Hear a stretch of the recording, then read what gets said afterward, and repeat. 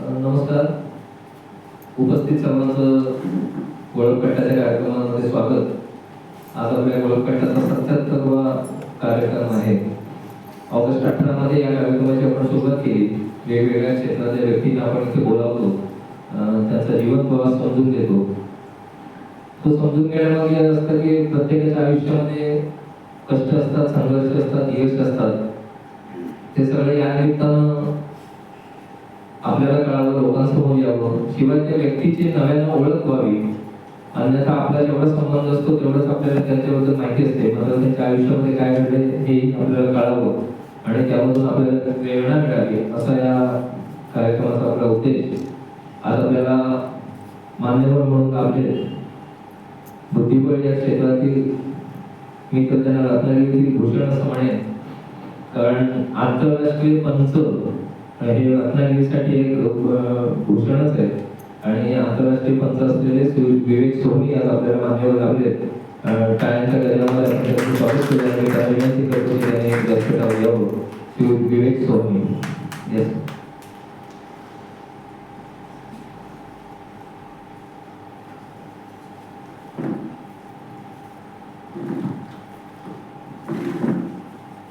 नमस्कार. ओळखपट्टामध्ये आपलं स्वागत. आपला 77वा उपक्रम आहे. आपण वेगवेगळ्या क्षेत्रातल्या व्यक्तींचा जीवन प्रवास समजून घेतो. जीवन प्रवास म्हटलं तर आपल्याला वाटतं की असं खूप वर्ष 60, 70, 80 वर्षाचे आहेत लोक, पण प्रत्येकाचा जो काही प्रवास असतो तो एक काहीतरी असतोच वेगवेगळ्या क्षेत्रातला. त्या हिशोबाने आपण बोलत असतो आणि तुमचाही प्रवास जो आहे पुढे भविष्यामध्ये व्हायचा आहे त्या दृष्टीने आपल्याला बोलावलं आहे. आपण तुमच्या लहानपणापासून सुरुवात करूया की तुमचं मूळ गाव, तुमचं बालपण आणि प्राथमिक शिक्षण त्याबद्दल थोडी माहिती सांगितली. सर्वप्रथम मी ओळखपट्टाचे अविनाश काळे सर आणि सर्व टीमचे मनापासून आभार मानतो व त्यांचं अभिनंदनही करतो. साधारण 77वा कार्यक्रम आहे. माझ्यामध्ये गेली 7-8 वर्ष तुम्ही जवळपास कोविडचे 2 वर्ष सोडले तर अविरतपणे काम करताय दर महिन्याच्या 3ऱ्या शनिवारी. आणि रत्नागिरीच्या 76 लोकांमध्ये आतापर्यंत बोलवले, त्यामुळे त्याबद्दल सर्वांचं मनापासून अभिनंदन. आणि आज मला तुम्ही संस्कृत त्याबद्दल तुमच्या मनापासून आभार. माझं बालपण रत्नागिरीपासूनच एक आरेवाडी त्याला पश्चिम नावाचं गाव आहे. तिथे पहिली साधारण 3-4 वर्ष बालपण तिथे गेलं. नंतर मग आम्ही रत्नागिरीला शिफ्ट झालो, त्यामुळे नंतर मग शालेय जीवन सगळं रत्नागिरीमध्ये गेलं. रत्नागिरीतलीच आपली पटोले स्कूलची शाळा आहे, जी आता सतत उपक्रमांची वाटचाल चालू आहे. त्या शाळेमध्ये शिकण्याचं भाग्य मिळालं. अगदी पहिलीपासून 10वीपर्यंत त्या शाळेमध्ये शिकलो. त्यानंतर रत्नागिरी लताकर आणि अनिष्ठ महाविद्यालयातील विज्ञान शाखेमध्ये प्रवेश केला. त्याच्यानंतर आपलं इंजिनिअरिंगचं शिक्षण माझं कॉलेजमध्ये झालं, इलेक्ट्रिकल इंजिनिअरिंग विभागामध्ये. आणि बुद्धिबळाची आवड कधी लागली, म्हणजे लहानपणापासून होती की नंतर? साधारण 7वी-8वीच्या आसपास मित्रांचं बघून खेळायला सुरुवात केली. तसंच माझा आखेर भाऊ आहे, तो मुंबईतनं त्यावेळेला रत्नागिरीमध्ये शिफ्ट झाला होता. त्याच्याकडे टेस्टेड होता, सो आम्ही घरी त्याच्याबरोबर खेळण्यापासून घरी आवड सुरुवात झाली. घरी प्रॅक्टिस त्याच्याबरोबर खेळायला लागलो. नंतर मग घरी आईवडिलांसोबत कधी कधी खेळायला किंवा शाळेच्या स्पर्धांमध्ये खेळणं सुरुवात केली. पण फार त्यावेळेला कशी काही म्हणतात ना की एखादी खेळाची गोडी लागली ती कॉलेजमध्ये जास्ती लागली. शाळेमध्ये फार तसं वातावरणही नव्हतं त्यावेळेला. कॉलेजमध्ये आल्यानंतर काही मित्र मिळाले चांगले खेळणारे, त्यांच्यावर खेळायची सवय लागली. तिथे नाही गेल्यानंतर मग आंतरविद्यालयाच्या स्पर्धा होत्या, तिथे खेळायला सुरुवात केली.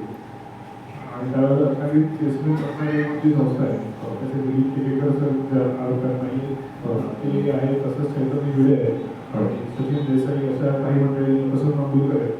त्यांनी 2000 संस्था स्थापन केली होती आणि ते वर्षाला साधारण 25 स्पर्धाला आयोजित करायचे. तर त्या स्पर्धांमधून कसं जमेल परीक्षा समोर इंजिनिअरिंगच्या किंवा कॉलेजच्या समोर खेळण्याचा प्रयत्न करत होतो. तिथंच या गोष्टीकडे सुरुवात आहे. मग वेगवेगळ्या स्पर्धा रत्नागिरीमध्ये खेळत होता? हा, खेळत.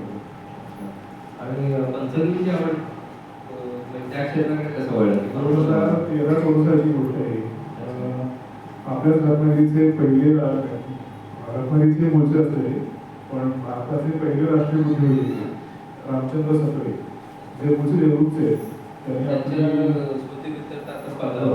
दरवर्षी आपण यामध्ये स्पर्धा घेतो आणि त्यातलीच पहिली स्पर्धा जी जिल्हास्तरीय होती तीच माझ्या कारकिर्दीची सुरुवात मला हरकत नाही. पंचाची. त्या स्पर्धेला मी खेळतही होतो आणि काका म्हणाले शिक्षक म्हणाले की आपल्याकडे आता मदतनीस म्हणून माणसं कमी आहे. सो उपेंद्र की मला क्लाससाठी मी दोघं त्याला व्हॉलेंटियर किंवा असिस्टंट मित्र म्हणून सगळ्यांना स्पर्धा केली होती. 2013 गोष्ट आहे. कॉलेजच होतं. तिथून सुरुवात झाली आहे गोष्टी. सहाय्यक पंच म्हणून मी क्षेत्रात क्लासेस करायला सुरुवात केली आणि मग तिथनं हळूहळू या गोष्टीला पुढे सुरुवात केली. आणि मग त्या पंचाच्या परीक्षा किंवा हे कसं ते द्यावं आणि किंवा ह्याच्यामध्ये पुढे जावं असं कधी होतं पुढे? कोइन्सिडन्स आहे तो सुद्धा की 2015 साली नोव्हेंबरमध्ये रत्नागिरी पहिली खेडे मानांकन स्पर्धा रत्नागिरीच्या बुद्धिबळ इतिहासातली आजपर्यंतची पहिली खेडे मानांकन स्पर्धा जी गद्यंतर फॉर्मॅटमध्ये घेतली रॅपिड फॉर्मॅटमध्ये ज्याला म्हणतो. त्या स्पर्धेला भरत चौगुले म्हणून कोल्हापुरात मुख्य पंच आले होते की काही मंडळी जी असेल कधी केदार सर असतील किंवा भरत सर असतील की ज्यांनी माझ्या कारकिर्दीमध्ये खूप महत्व वाटत उचललं. तर त्यांनी त्यावेळेला इथे आपल्याला मुख्यमंत्री म्हणून आले होते आणि त्यांची ते आदर केले आणि त्यावेळेला मग जे कॉम्प्युटरवर पेरिंग असतं किंवा डेटावर फिडिंग असतं एस एका पाठवणं असतं फिडेशी कम्युनिकेशन असतं या गोष्टी करण्याची म्हणाले की आम्हाला कुठे ज्याला कॉम्प्युटरमध्ये ज्ञान आहे त्या माणसाला आपल्याला मदत करायची आहे. मी तुला सांगतो काय करायचं आहे त्याप्रमाणे आपण पुढे स्पर्धा सुरू ठेवू. आणि तिथनं मी फर्स्ट टाइम स्विस मॅनेजरमध्ये जे सॉफ्टवेअर असतं पेरिंग करण्याचं आणि जो डेटा आहे तो पाठवायचा असतो त्या गोष्टींना ॲक्च्युली हात लावा पाहिजे असतं. आणि तिथलं काम केलं ते म्हणाले की तुला तू सगळे समजते तू टेक्निकली गोष्टी करू शकतो मग तू परीक्षा करायची लायसन्स घे परीक्षा दे काम करायला सुरुवात कर आणि तेव्हा मी फायनल इयरला होतो. त्या आसपास ही स्पर्धा झाली नंतर 15 इंजिनिअरिंगचं माझं फायनल इयर सुरू होतं आणि नंतर या गोष्टी सुरू असतात. पण माझा जो गॅप असतो आपला एक्झाम झाल्यानंतर 1-1.5 महिना सुट्टी असते आणि मी तेव्हाच परीक्षा नोव्हेंबरमध्ये डिसेंबर एंड आणि नोव्हेंबर फर्स्ट अशी परीक्षा नागपूरला होती नॅशनल आर्मी. कोल्हापूरमध्ये ट्रेनचा कॅम्प होता 3 दिवसाचा शाळेत 2 दिवस शिकवावं आणि तो कॅम्पला लागून नागपूरमध्ये पुढे परीक्षा होती. मी दोन्ही या गोष्टी बॅक टू बॅक केल्या आणि तिथे त्या परीक्षेत उत्तीर्ण झालो राष्ट्रीय पंच.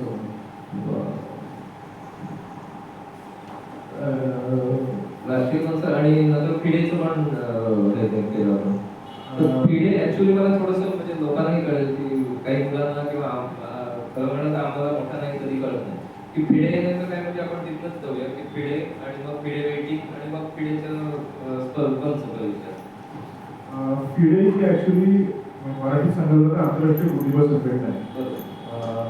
फिडे ही जी 4 अक्षर आहेत FIDE याचा प्रथम आपण लॅटिनमध्ये जर विचार करायला गेलो तर फेडरेशन डेस इंटरनॅशनल ई चेस आणि आपण जसं बोना फाईट म्हणतो बोना FIDE विश्वासार्हता एखादी असते त्याचा संदर्भ घेऊन त्यांनी फिडे या नावाने संघटना 1924 साली स्थापन केली. आंतरराष्ट्रीय दर्जावर बुद्धिबळाचे रेग्युलेटरी बॉडी आपण त्याला म्हणू शकतो.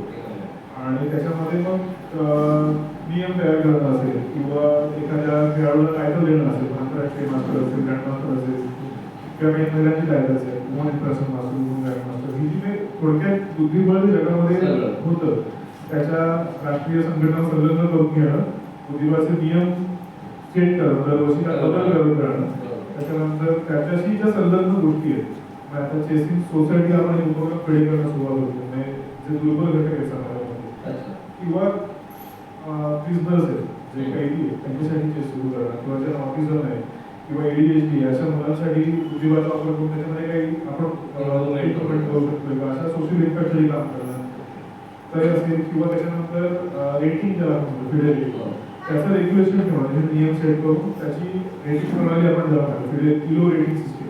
किलो माझा एक मॅथमॅटिशियन होता त्यांनी ही सिस्टीम फर्स्ट टाइम डेव्हलप केली त्यामुळे आपण किलो रेटिंग प्रणाली म्हणून वापर केले. तर ह्या गोष्टींची रेग्युलेशन्स जी आहे ते रेग्युलेशन त्या गोष्टींवर ठेवणं आणि नियंत्रण करणं ह्या गोष्टीचं एक बॉडी म्हणून फिडे आपण समजवतो. फिडेकडे आता 200 वरती देश ॲफिलिएट माझ्या मते फार कमी खेळ असतील जगामध्ये की ज्याच्यामध्ये एवढे देश फुटबॉल क्वचितच काही खेळ असतील ज्यामध्ये एवढे देश ॲफिलिएट आहेत वर्ल्ड बॉडीला. आणि आपलं चेसचं वर्ल्ड ऑलिम्पियाड होतं जसं बाकी सगळ्या खेळांमध्ये ऑलिम्पिक होतं तसं चेसचं ऑलिम्पियाड होतं. सो हे जे काही वर्ल्ड इव्हेंट्स आहेत ऑलिम्पियाड असेल वर्ल्ड चॅम्पियनशिप असेल वर्ल्ड कप असेल काही नाही खूपदा असं होतं की या गोष्टी कन्फ्युजिंग आहेत खूप ऑडियन्ससाठी. काही जणांना वर्ल्ड चॅम्पियनशिप म्हणजे वर्ल्ड कप जिंकला असं वाटतं की वर्ल्ड कप जिंकला म्हणजे वर्ल्ड चॅम्पियनशिप जिंकलाच पाहिजे. पण चेसमध्ये ह्या तिन्ही गोष्टी वेगळ्या असतात. ऑलिम्पियाड हा टीम इव्हेंट असतो. प्रत्येक देशाच्या टीम 4 जणांची टीम 2 जण रिझर्व्ह अशी टीम इथे आपल्या देशाचं रिप्रेझेंट करते. त्याच्यानंतर वर्ल्ड कपमध्ये नॉकआउट फॉर्मॅट असतो. म्हणजे वर्ल्ड कप ही माझ्या मते जगातली एकच स्पर्धा आहे जी जागतिक लेवलची नॉकआउट फॉर्मॅटमध्ये खेळली जाते. बाकी आता सगळ्या स्पर्धा लिमिटेड खेळाडू असेल जसे टॉपचे असेल आणि त्याच्याकडे ती बेसिकली इन्व्हिटेशनल टुर्नामेंट आहे. त्याला क्वालिफिकेशन स्पॉट्स असतात आणि त्या स्पॉट जसे क्वालिफाय होतात तसे प्लेयर नॉकआउट टुर्नामेंट खेळतात. 2 गेम व्हाईट ब्लॅक आणि एक गेम खेळायचा आणि त्यात स्कोर इक्वल असेल तर आम्हाला होतो आणि तो बेसिकली तो नियम आहे त्याप्रमाणे तो गेम पुढे चालला जातो. तर हे सगळे इव्हेंट ऑर्गनाईज करणं या सगळ्यांचं जे केंद्रस्थान आहे ते FIDE आहे. आणि दुसरा प्रश्न वाचतो FIDE रेटिंग म्हणजे काय. तर FIDE रेटिंग सोप्या शब्दात सांगायचं झालं तर एखाद्या खेळाडूची स्ट्रेंथ आहे गेम मध्ये. म्हणजे जेवढं रेटिंग जास्ती तेवढा खेळाडू जास्त स्ट्रॉंग.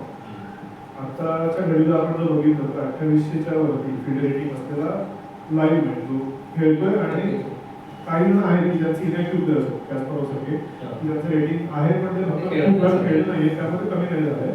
कदाचित ते कमी होतं कदाचित त्या वेळेला मेंटेन नाही होईल आता खेळायला म्हणजे आपण कमेंट करणं चुकीचं आहे. पण आता लाईव्ह खेळणाऱ्या प्लेअरमध्ये जे ऍक्टिव्ह प्लेअर असतात त्याच्यामध्ये मायनस तासांना 2800च्या वरती रेटिंगचा बाकी म्हणजे त्याच्या खालच्या लेवलला रेटिंगप्रमाणे. आणि ऑब्व्हियसली काही स्ट्रेंथ तो बऱ्याचशा टुर्नामेंट जिंकून प्रूव्ह करतो की माझी स्ट्रेंथ आहे तो आहे. असंच जेव्हा आपल्याकडनं जी मुलं खेळायला जातात किंवा जे प्लेअर खेळतात जर आपण गेम जिंकत गेलो तर आपलं रेटिंग वाढत जातं आणि जसे आपण गेम भरतो तर आपलं रेटिंग कमी होत जातं. त्याला काही टेक्निकल मॅथमॅटिकल फॅक्टर्स आहेत इक्वेशन्स आहेत की ज्याप्रमाणे त्या गोष्टी वरती खालती होत असतात.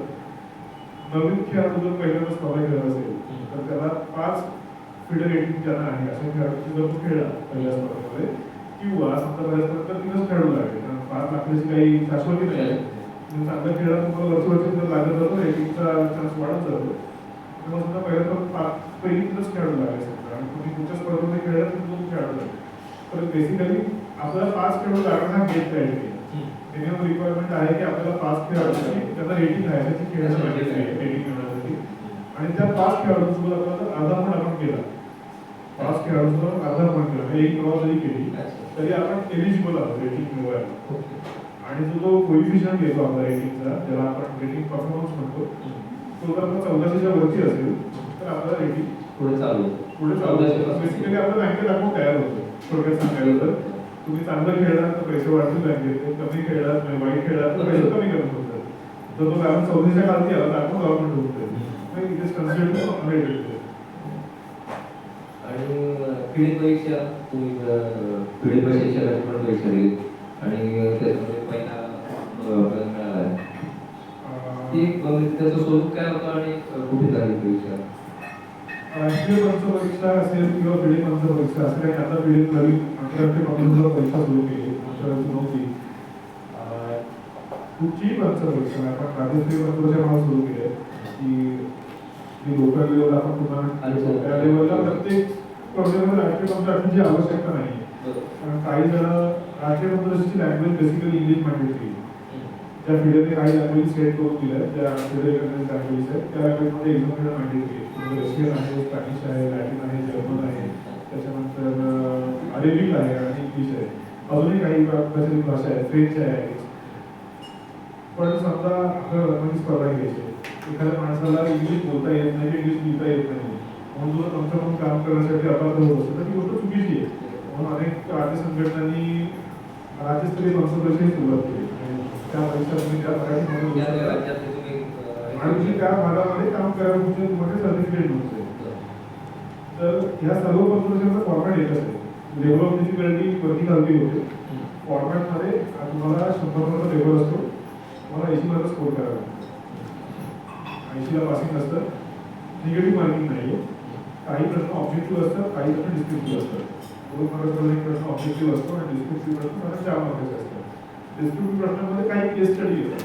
तुम्ही पंच म्हणून नॉर्मली काम करताय स्पर्धेमध्ये आणि 2 प्लेयर खेळतायत आणि हे केले त्याने ते केले तुम्हाला पंच म्हणून बोलवलंय काय द्या तर तुम्हाला ते नियमांचा आधार घेऊन जे आपलं आर्बिट्रस मॅन्युअल आहे खेळ आहे त्याच्यामध्ये मी खेळाचे नियम दिले कसे खेळलं पाहिजे खेळताना कशा पद्धतीने खेळलं पाहिजे तर त्याचा आधार म्हणून मग ते मोठा डिसिजन द्यायला खूप जणांना प्रश्न पडतो की 2 जणांच्या अंतराने चेस खेळतात तर पंचांची गरज काय असते तर हॉलमध्ये जो माणूस काम करतो त्यालाच कळतं की गरज काय असते पण हीच गोष्ट आहे की जेव्हा 2 माणसांमध्ये डिस्प्यूट होतो तोपर्यंत आमचं काम सुरू होतं आमचं काम पंच म्हणून हॉलला डिस्प्यूट सुरू होतं तसंच पंच म्हणून जेव्हा आपण काम करतो हॉलमध्ये तेव्हा खूप सारे फॅक्टर्स आपल्याला बघायला लागतात आयोजक आणि खेळाडू याच्यामधला दुवा जो आहे तो पंच असतो कारण टेक्निकल काही जरी घरी असेल तरी जे आता रेकग्नाइज आयोजक आहेत खूप वर्ष आयोजन ते काम करत आहे तर ते त्या क्वेरीला उत्तर देऊ शकतात पण समजा एखादा नवीन आयोजक असेल तर तो कदाचित उत्तर देऊ शकणार नाही कारण मग त्याच्यासाठी पंच हा एक दुवा असतो की खेळाडू त्याला प्रश्न विचारतात खेळायच्या आधी की ही स्पर्धा कुठे आहे प्राईस पण किती आहे त्याचं आता बऱ्याचही गोष्टीचं काही इलेक्ट्रॉनिक माध्यमामुळे सोपं झालं आहे की ज्या वेबसाईटला आपण ज्या गोष्टी अपलोड करत असतो तिथे डिटेल्स मिळतात पण तरी जर काही क्वेरीज असेल तर त्या आर्बिटर्सकडनं रूट केल्या जातात आणि काही शंका असली त्याच्यामध्ये तसंच कम्युनिकेशन समजा काय असेल की या ठिकाणी आपल्याला ह्या वेळेला पोहोचायचं या वेळेला प्लेअर्स मीटिंग सुरू होईल या वेळेला राऊंड सुरू होईल म्हणजे प्लेअरची कम्युनिकेशन आहे आयोजकांशी चर्चा करून त्याच्यासोबत आपल्याला कम्युनिकेशन करायचं आहे जेणेकरून हॉलमध्ये जितक्या पद्धतीने शक्य होईल तितक्या पद्धतीने आपण खेळखेळीच्या वातावरणात वेळेमध्ये सगळं पार करू शकतो या गोष्टी करण्याचा मुख्य काम आमचं असतं तसंच काही टेक्निकल गोष्टी आहेत की आता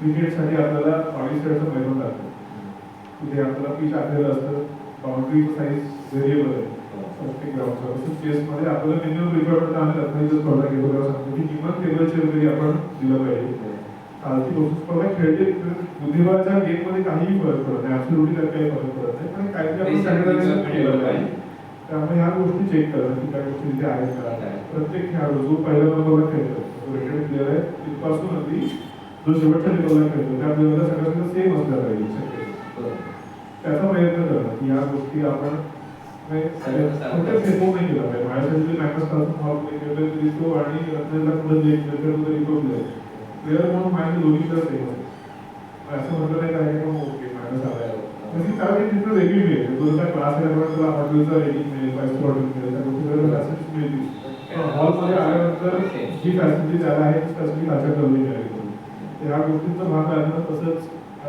फिडेशी कम्युनिकेशन करणं जरी तसं त्यांचे फिडे आय डी आपल्याकडे युनिक आय डी असतो जसं आपला आता नंबर भारतासाठी वापरतो आता चेस वर्ल्डमध्ये फिडे आय डी नावाची एक गोष्ट आहे फिडेला आपण रजिस्टर केलं की आपल्याला फिडे आय डी मिळतो म्हणून तंत्रज्ञान आपण वापरू शकतो त्याच्यावर आपलं जे खेळाचं गुणांकन आहे ते +5 होत असतं फिडे आय डी तर त्याच्याशी कम्युनिकेशन करणं त्याचे रिपोर्ट पाठवणं तसंच जे ज्युनियर पंच असतात त्याच्यासाठी नॉर्म्स तयार करणं नॉर्म्स म्हणजे आपण त्याला आता सोप्या शब्दामध्ये एक्सपिरियन्स सर्टिफिकेट म्हणू शकतो की पंच परीक्षा द्यायची त्याच्यानंतर काही स्पर्धामध्ये काम करायचं त्या टेक्निकल रिक्वायरमेंट्स तुम्हाला कोणी सर्टिफिकेट दिलं वरिष्ठ पंचाने की तुम्ही एलिजिबल होता तुमच्या कॅटेगरीमध्ये तर त्यांच्यासोबत त्यांना घेऊन पुढे जाणं तसंच त्याच्यामध्ये काही त्रुटी आपल्याला आढळल्या की समजा कसं होतं की खूप वेळा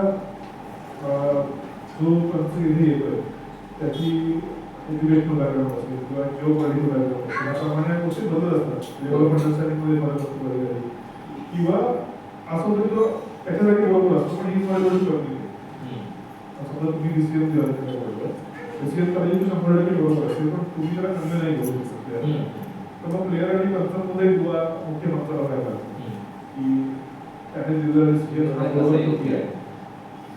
आणि मुख्य पंच म्हणून काम करताना आपल्या टीमला सोबत घेऊन जाणं जसं कॅप्टन दिलं होतं मुख्य पंच म्हणून काम करणं ती गोष्ट आहे की आपली जी टीम आहे त्या टीमला सोबत घेऊन जाणं आणि परत तेच की हॉलमध्ये डिस्प्यूट येऊन न देणं आणि आता तरी सुरळीतपणे पार पाडणे सगळ्यात मुख्य मुद्दा म्हणजे आता ते स्पर्धांमध्ये जे राऊंड पाडले जातात ते पण आता मला वाटतं ऑटोमॅटिक ह्याच्यावर ॲपवरून होतात किंवा असं आणि प्रत्येक स्पर्धा जी आहे ती म्हणजे पिढीला कळवायचं असतं का की बाबा अशी जी स्पर्धा इथे चालू आहे असं साधारण 2005-06 सालापर्यंत आपण कार्ड तयारी करतो प्लेअरची कार्ड फिजिकल असायची कागदावर प्रिंट केलेली त्याच्यावर आपण नाव येतो प्लेअरची आणि मग तो प्लेअर चेसच्या टुर्नामेंटला खूप साऱ्या पद्धती आहेत पण 99% जे टुर्नामेंट्स होतात जगामध्ये त्या साखळी पद्धतीने स्विस लीग असं म्हणतो. म्हणजे समजा आपल्याला एखादा खेळाडू आला तर तो जो पहिल्या स्पर्धेत पहिल्या राऊंडला खेळाडू येईल तो सगळ्या स्पर्धा चांगल्या राऊंड खेळू शकतो त्या स्पर्धेची.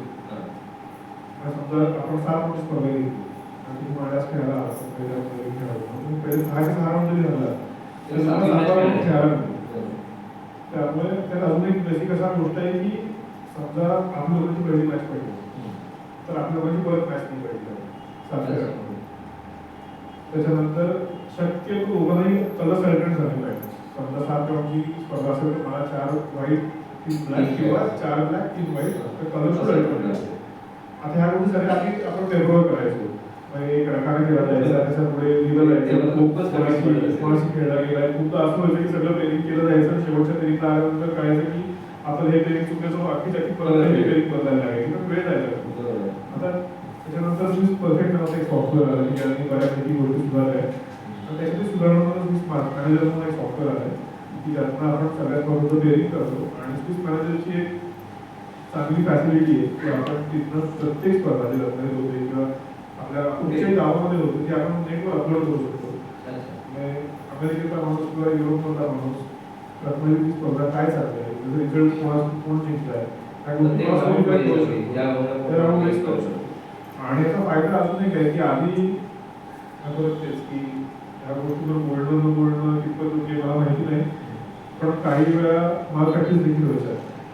समजा जिंकण्यासाठी एखाद्याला बिगर प्लेअर दिला फायनल राऊंडला पण आता या गोष्टी चान्सेस नाही चान्सेस आहेत पण तुम्ही जी केलेली गोष्ट ती प्रत्येकाला कळणार. सो समजा तुम्ही तिला पेरिंग केलं आणि मी काहीतरी तिथे गुन्हा केलाय पेरिंग करताना तर तुम्ही तो बाहेर बसून व्हेरीफाय करू शकता आणि दुसरा पर्सन तिथे रिपोर्टही करू शकतो की आणि रिपोर्ट त्यामुळे ह्या गोष्टी आता बऱ्यापैकी फेअर होण्यासाठी काम चालू आहे. आता मग जे लावले लावले जातात ते सगळे आता अशा पद्धतीनेच लावले जातात ऑटोमॅटिक असे 99% ठिकाणी अजूनही काही जागा केलं जातं पण त्याचे कॉम्प्युटर ऍक्सेस नाहीये किंवा काही दुर्गम भाग आहे जिथे कॉम्प्युटर पोहोचलेलेच नाहीये अशा ठिकाणी तिथे काय कलिंग केलं जातं पण 99% ठिकाणी आपण आता कॉम्प्युटर कलिंगच करतो. आणि बघायचं फिडेच्या परीक्षेबद्दल ती कशी झाली आणि 2017ला दिल्लीमध्ये कॉमनवेल्थ टेस्ट चॅम्पियनशिप होती आणि जनरली या परीक्षा आहेत त्याला जोडून असतात. कारण तेव्हा बाहेर एखादा लेक्चर आलेला असतो म्हणून तो लेक्चरर म्हणून 1-1.5 दिवस लेक्चर देतो परीक्षेमध्ये काय येऊ शकतं तुम्हाला पुढे काम करायला काय करणं अपेक्षित आहे तर या गोष्टींचं लेक्चर असतं आणि मग लगेच पुढे हाफ डे मध्ये एक्झाम असते. परत ते स्वरूप तेच राहायचं की 80 मार्क तुम्हाला मिळवायचे 100 पैकी.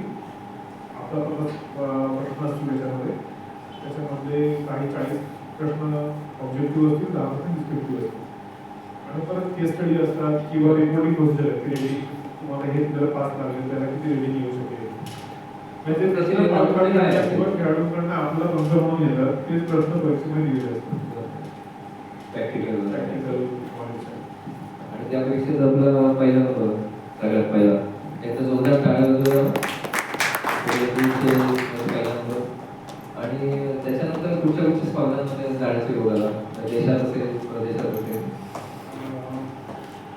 व्हिडिओ आर्बिट्रेट झाल्यानंतर 4 मॉक्स ठरलं तेव्हा ती रिक्वायरमेंट होती. आपली रिक्वायरमेंट फीस आहे तर त्याच्याबरोबर त्यांनी आता एक रेग्युलेशन काढले की तुम्हाला अजून एक परीक्षा पुढे घ्यायची जी तेव्हा नव्हती. तर माझे 4चे 4 नॉर्म्स 2 मुंबईमध्ये झाले आणि 2 गोव्यामध्ये झाले आणि पुढील 2 वर्षामध्ये मी आमच्याकडे तुमचं काय टायटल मिळालं मला आणि सगळं तर त्यावेळेला सर्वात जवळ होतो. याच्यासाठी पण एकदा जोरदार टाळ्या पाहिजे आणि आपल्याला रत्नागिरीचं नाव त्याला सर्वात मी होतो. नंतर गौरव म्हणून आपला मुंबईचा मुलगा आहे की त्याने तो रेकॉर्ड एक साधारण 8 दिवसांनी मोडला. ठीक आहे आधी तर 3 वर्ष रेकॉर्ड होता. त्याच्यानंतर सगळ्यात पीक आपण म्हणू शकतो की प्रत्येक पंथाच्या आयुष्यात एक स्वप्न असतं की आपल्याला ऑलिम्पियाडला काम करायचं कारण तो सगळ्यात हायेस्ट इव्हेंट मानला जातो. त्याचं कारण जे बाकी सगळ्या खेळाचं ऑलिम्पिक होतं तो नॉकआउट टुर्नामेंट असतो आणि हरला की बाहेर जातात. आणि साधारण आपलं 10 ते 12 लाख खेळाडू तिथे खेळतात ऑलिम्पिकमध्ये. पण चेसचं जो ऑलिम्पियाड होते ते साधारण 2 लाख खेळाडू खेळतात. 13 ते 13 दिवस खेळाडू त्याच हॉलमध्ये त्याच मॅचेसमध्ये. त्यामुळे आपण जर फुटप्रिंट बघायला हॉलमध्ये येणार तर त्या ऑलिम्पियाड जास्ती ऑलिम्पिकपेक्षा सगळ्या खेळांच्या ऑलिम्पिकपेक्षा चेसच्या ऑलिम्पियाडच्या फुटप्रिंट जास्ती आहेत. हे खूप जणांना माहिती नसतं. तर महाबलीपुरममध्ये 2022 साली शेतनीच्या गाव आहे महाबलीपुरम. तिथे रशिया युक्रेन वॉरमध्ये रशियामध्ये ऑलिम्पियाड होणार होतं. ते रशियामधून बाहेर गेले आणि तामिळनाडू गव्हर्नमेंटच्या इनिशिएटिव्हमुळे ते तामिळनाडूमध्ये होस्ट करण्यासाठी जनरली ऑलिम्पियाड होस्ट करा सगळ्यांना 4 वर्ष मिळतात. आता जे 26 ऑलिम्पियाड होत आहे उझबेकिस्तानमध्ये पुण्यामध्ये होईल त्याचं बिडिंग 2022 ऑलिम्पियाडच्या चेन्नईमध्ये झालं होतं. तुम्हाला 4 तयारीसाठी मिळतात. आपलं फक्त 4 महिने मिळाले. 12 जणांची एक कोर कमिटी स्थापन केली गेली AICF ज्याला आपण ऑलिम्पिक फेडरेशन म्हणतो की भारतातील रेग्युलेटरी बॉडी आहे फिडेच्या रेग्युलर खाली.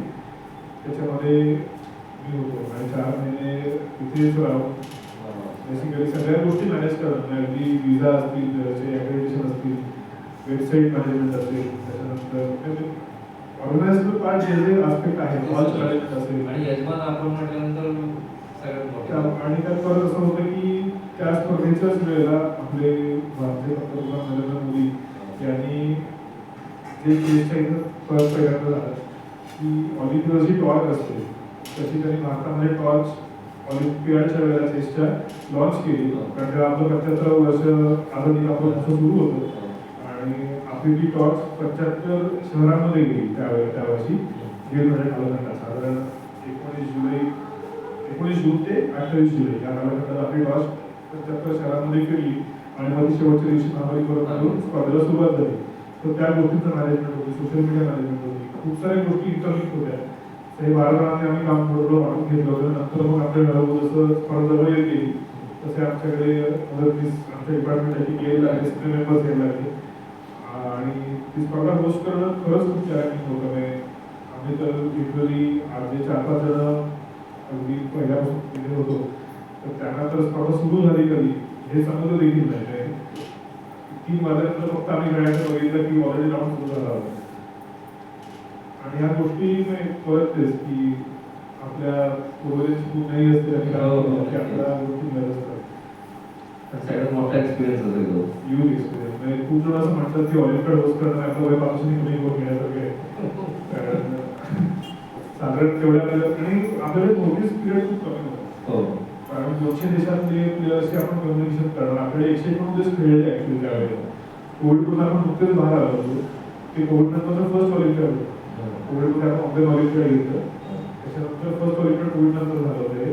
त्यामुळे पॅन्डेमिक सिच्युएशन मधनं बाहेर येते प्लस ही विजा सगळ्यांचं मॅनेज करणं. त्याच्यानंतर मेडिकल कंडिशन मॅनेज करणं. गव्हर्नमेंट ऑफ तामिळनाडूला आपण खरंच खूप धन्यवाद दिले पाहिजे. त्याच्यावर एक मोठा आलं होतं की कसं त्यांनी सगळ्या पद्धतीने किती फास्ट आणि 12 जण होतो आमच्याकडनं. तसंच त्यांच्याकडनं त्यांनी 12 IAS ऑफिसर दिले होते प्रत्येक डिपार्टमेंटला एक. काही तुम्हाला मी at any point of time 24 मला फोन करू शकतो होता. त्यांचा व्हॉट्सअप ग्रुप केला होता. आम्ही 12 आणि ते 12 असा 24 जणांचा एक ग्रुप होता ज्यामध्ये डरेज लेबर म्हणून ज्यांनी इनिशिएटिव्ह घेतला ते OSD होते ऑफिस ऑफ स्पेशल ड्युटी. त्यांनी इनिशिएटिव्ह सगळी स्पर्धा आयोजित केली होती. त्यांच्या टीममध्ये जे सगळे मंत्री आहे फूड सेफ्टी ऑफिसर पासून कारण प्रत्येक देशाचा जो प्लेअर आहे त्याला त्याच्या टेस्टचं पूर्ण आपण माहिती होतं. कारण परत तेच मगाशी म्हणतात की जेव्हा आपल्याला एखादा खेळाडू येतो त्याला प्रत्येक फॅसिलिटी ही सगळ्यांना सेम मिळाली पाहिजे. आपण हा प्रयत्न केला पाहिजे. इक्विलिब्रियम आपण त्याला म्हणतो की जर एक अमेरिकेत आला किंवा युरोपमधून आला तर त्याला फूड चांगलं नाहीये म्हणून आम्ही म्हणतो की कंपनीला स्कोप नाही दिला पाहिजे. आणि त्यावेळेला आपल्या टीमला सेकंड टाइम ब्रॉन्झ मेडल मिळालं. त्याला सगळं आधी मिळालं होतं. त्याच्यानंतर सेकंड टाइम ब्रॉन्झ मिळालं. त्याच वेळेला मुकेशला वर्ल्ड जो चॅम्पियन झाला त्याला त्याच टुर्नामेंटला टॉप बोर्डला गोल्ड मेडल मिळालं. तिथे मॅग्नस कार्लसन खेळत होता, कार्लोना खेळत होता. अशाच्या पुढे जाऊन त्याने टॉप टेबलला गोल्ड मेडल मिळालं. आणि कदाचित तीच त्याच्या पुढच्या कारकिर्दीची मोठं मेडल होती असं मला वाटत नाही. त्या ऑलिम्पियाडला वेगवेगळ्या खेळाडूंना पण मेडल मिळालं असेल तुम्हाला. सगळ्यांचं योगदान असेल. नशीब चांगलं होतं. चेन्नई ॲक्रेडिटेशन डिपार्टमेंट कार्लसनचा एक फोटो पण बघितला तो टाटा स्टीलचा होता की गेल्या वर्षी अच्छा अच्छा. पण त्यावेळेला मी ऍग्रीकल्चर डिपार्टमेंटला होतो. फायनल शेवटचं जे 8-10 दिवस होते टुर्नामेंटच्या ड्युरेशनचे, तर आम्ही आयडी कार्ड जे असतात ते डिपार्टमेंट बघतो. प्रत्येक खेळाडू आयडी कार्ड किंवा आम्ही त्यांच्या हॉटेलला आयडी कार्ड पोहोचलो. त्यामुळे ऑलमोस्ट जे सगळे टॉपचे भेटण्याची संधी मिळाली. परत कशी मध्यभागी पूर्वभूत नाही, त्याच्यामुळे त्या गोष्टी सगळ्या साध्य होतात. परदेशात पुढे जाण्याची संधी या निमित्ताने अजूनपर्यंत पंचावन्न कामगिरी संधी परदेशात नाही मिळाली. पण फुजेरा ग्लोबल चेस चॅम्पियनशिप जी अबुधाबी जवळ होती, अबुधाबी दुबईच्या आसपास फुजेरा म्हणून गाव आहे. आता सध्या चर्चेत आहे युद्धामुळे, तिथे ऑइलचे बऱ्यापैकी रिझर्व्हर्स आहे. आणि कतारला वर्ल्ड बॅडमिंटन चॅम्पियनशिप झाली होती. तर दोन्ही स्पर्धांमध्ये मला टुर्नामेंटचं ब्रॉडकास्ट असतं. बेसिकली आपण जे टीव्हीवर क्रिकेटची मॅच बघतो तशी चेसची मॅच ही आपण युट्यूबला ब्रॉडकास्ट करायला लागलो. तर त्याचं जे बॅकएंड असतं पुढं प्रोडक्शन, ते करण्याची नाही संधी दोन्ही ठिकाणी मला मिळाली. आणि दोन्ही गोष्टी या 2025 मध्ये झाल्या. याच्यासाठी पण एकदा आपण कौतुक केलं पाहिजे. अशासाठी की एवढ्या आंतरराष्ट्रीय याच्यात म्हणजे ब्रॉडकास्ट म्हटलं याची पण एक मोठी जबाबदारी. आणि मला वाटतं इलेक्ट्रिकल इंजिनिअरचा पण तिथे काहीतरी खूप फायदा होत असावा. शिक्षण घरीच फुकट असं सगळं म्हणतात. चेसमध्ये बऱ्यापैकी टेक्निकल ॲडव्हान्समेंट आहे. खूप कमी स्पोर्ट्स आहेत की जे आपण इतक्या इझिएस्ट टेक्निकल वेजनी ब्रॉडकास्ट करू शकतो. त्यातलं एक चेस आहे. पण चेसचं कसं होतं की इलेक्ट्रॉनिक बोर्ड्स आपले आहेत. आता जे आपण मोठ्या स्पर्धांमध्ये बघतो ते आपल्याला वायरिंग्स येतात बोर्डच्या बाजूला गेले. तर ती सगळी जी बोर्ड्स आपण हॉलमध्ये वापरतो ते आपण एका कॉम्प्युटरला कनेक्ट करतो. त्याच्यावर ते खेळणारे काय मूव्ज आहेत ते इलेक्ट्रॉनिकली आपल्या पीसीमध्ये रेकॉर्ड होतात. त्या पीसीवर ते इंटरनेट ट्रान्समिट होतात. आणि त्या ट्रान्समिट झालेल्या न्यूजवर घरापासून कोणती कॉमेंट्री करू शकतो. ही टेक्निकल खूप ॲडव्हान्समेंट आहे. आणि डिजिटी म्हणून एक कंपनी आहे डिजिटल जी या गोष्टी गेल्या अनेक वर्ष या सर्व्हिस इंडस्ट्रीमध्ये आहे. की या गोष्टी सिम्पली करते. आणि त्याचं वायरिंग असेल किंवा त्याचं ऑपरेशन असेल या गोष्टीमध्ये त्यांनी परफॉर्मन्स खूप सोप्या जातं. म्हणजे बाकीच्या जुन्या कठीण जातात. कारण इंटरफरन्स आहे मोठी इंटरफरन्स त्याला 12 वोल्टचा सप्लाय लागतो प्रत्येक बोर्डला. आणि जवळ 1200 वोल्ट जास्ती असेल तो सप्लाय हळू ड्रॉप होत जातो. त्यामुळे ह्या गोष्टी मॅनेज करत असेल तर त्या गोष्टी टेक्निकली हँडल करत असेल. तसंच कॅमेरा फीड्स हॉलमध्ये जी येतात आपल्याकडे तर ती कॅमेरा फीड्स रेग्युलेट करणं स्क्रीन रेंजमध्ये किंवा त्याची मॅनेजमेंट करणं त्याची बँडविड्थ लो ठेवणं फॉर्मॅट कसं कॅमेरा फीड घेणं ऑडिओ व्हिडिओज घेणं आणि ती आपल्या एका लेवलमध्ये फिक्स करून लोकांना तशा पद्धतीने दाखवणं हे ब्रॉडकास्टसाठी एक खूप गरजेची गोष्ट आहे. आणि कुठचाही खेळ असेल की जो स्पेक्टेटर फ्रेंडली जेवढा होतो जेवढा त्यामध्ये प्रेक्षक येतो तेवढा ते जास्ती पॉप्युलर होतो. त्यामुळे चेससाठी चांगली गोष्ट आहे की चेसला मेनस्ट्रीम मीडियामध्ये हळूहळू स्थान मिळायला लागले. अनेकदा आपण बघतो की एखादा प्लेअर फायनल्सला हरवतो किंवा वरच्या प्लेअरला हरवतो आणि सचिन तेंडुलकर असेल, मोदी असतील किंवा अनेक सारे नेते असतील किंवा बाकीची मंडळी जी दिग्गज बाकीच्या ठिकाणामध्ये काम करतात की त्या प्लेअरचं कौतुक ट्विटरवर करतात. त्यामुळे ह्या ज्या गोष्टी या मेनस्ट्रीम मीडियामध्ये जेवढ्या चांगल्या पद्धतीने येतील तेवढंच खेळायला जास्ती प्रोत्साहन मिळेल आणि त्याची प्रसिद्धी खेळाचं आणि हा मुद्दा पुढचा आहे की एवढं लोक वाचतील सचिनने मुकेश तर कौतुक केलं की लोकांना वाटतं की ओके आता चेसमध्ये ज्यांना माहिती नसेल त्याच्यापर्यंत पार्ट आणि गोव्यातली आता हल्ली कॉम्पिटिशन झाली ना मोठी. गोव्यामध्ये गोवा जी टुर्नामेंट झाली की जी 2017-18 2 वर्ष मधुभाई पर्रिकर यांच्या नावाने करायची होती. पण त्यांनी विरोध केला होता की लोकांनी वरती करू नका. तर मग त्याच्यानंतर आपण यावर्षी ती होस्ट केली होती. माझ्यासुद्धा 3 स्पर्धा ते होस्ट करण्याची संधी मिळाली. परत जसं की टेक्निकल बाजू स्ट्रॉंग असल्यामुळे यासाठी आणि आपापल्या भारतामध्ये परत कसं होतं की ट्रॅव्हलिंग कॉस्ट एक फॅक्टर आहे. बाहेर माणूस बोलावणं आणि त्यापेक्षा दोन्ही गोष्टी टेक्निकली संरक्षण ही आपली प्रॉपर्टी आहे आणि आसपासच्या एरियामध्ये आपला जवळच्या आपण पोहोचू शकतो. हे दुसरं आयोजकांची सुद्धा फायदेशीर गोष्ट आहे. ते खर्चही करणं कमी आहे. त्यामुळे या गोष्टींमुळे गोव्यामध्ये बऱ्याच वेळा असते. तिथे पण या सगळ्या जबाबदाऱ्या पार पडतात. आणि कतारला ते मिळाली संधी कशा सोबत मिळाली म्हणजे तुम्हाला पण चेसबेस इंडिया म्हणून एक युट्यूब चॅनल आहे जे नियरली 3 मिलियन सबस्क्रायबर्स आता यूज करेल. अमृता मोकर आणि सागर शहा. अमृता मोकर पुण्याचीच सागर मुंबईचं आहे. त्या जर्नी आपल्याला सुरू केली आहे. मला ते ते एकत्र हेच प्रोडक्ट म्हणून काम करत आहे. आणि आमची टीम जी आहे ती आम्ही बऱ्यापैकी इव्हेंट्स ऑनलाईन ब्रॉडकास्ट करत असतो. आता देखील जे युरोपियन इव्हेंट्स होतात जिथे आपली मुलं खेळत आहेत ते इव्हेंट्स असतील किंवा काही टॉप लेवलचे इव्हेंट्स असतील जिथे मॅथ्स असतील, क्रिकेट असेल, असेल, आनंद असेल अशी टेलिव्हिजन्स खेळतात. तर असे इव्हेंट ब्रॉडकास्टिंगचं काम दोघं करतात आणि त्यांचं बॅकेट बरेच जण बोलत असतं तिथेच बसतो. कारण तिकडनं फील्ड मला येतं, टोमॅटोचं फील्ड मला येतं आणि इकडनं आम्ही युट्यूबवर ब्रॉडकास्ट करतो. सो त्यांचं काम करता त्यांच्याकडे दोन्ही संधी मिळाल्या. गुजरात न्यूज असेल आणि कथा न्यूज असेल याच्याकडनं दोन संधी मिळाल्या. आणि चेस खेळत असताना म्हणजे तुमचं इलेक्ट्रिकल इंजिनिअरिंग बॅकग्राऊंड म्हणजे शिक्षण आणि आता चेस तर याच्यात कोरोना बाबा चेसमध्येच करावं असं कधी वाटलं? 2019 मार्च हा सलग सीझन आहे की सलग 3-4 स्पर्धा मला आलेल्या आणि ते मला आठवतं की रात्री 11 फोन केला होता किंवा मला वाटते की आता जॉब करणं थांबवलं पाहिजे आणि मला विचार असा आहे की मी चेसमध्ये फुल टाईम घेतो. तर बाबांचं एक वाक्य होतं की ठीक आहे तुला सॅटिस्फॅक्शन त्याच्यामध्ये आहे ना तू कर. बाकी आता दोघं मी काय होतं लोकांना तुला पैसे चिंतायची गरज नाही त्याच्यानंतर जो तुला बरोबर किमान सेट होतो. तर तो एक सपोर्ट रतनचाही होता की काही करायला हरकत नाही. आणि मी हा विचार करतो होता प्रॅक्टिकल विचार मी हाही केला होता की आपल्याला जिथून जॉब म्हणून जेवढे पैसे मिळतात कोणाला नोकरी करतो फायनान्स एक्सपेन्सेस आहे किमान थोडं ते आपल्याला त्यावेळेला मिळायला पाहिजे तुम्हाला तर आपण हे सस्टेन होऊ शकतो. पण नंतर या गोष्टी आता तरी या लेवलला 7 वर्षानंतर मी फुल टाईम काम करतो. 7 वर्षानंतर अजूनही मी सांगू शकतो की मला अजूनही त्यात नो रिग्रेट फिलिंग सुद्धा आणि इमोशनली सुद्धा की त्याच्यात कुठेही आणि भविष्य फ्युचरला आहेच आता नक्कीच.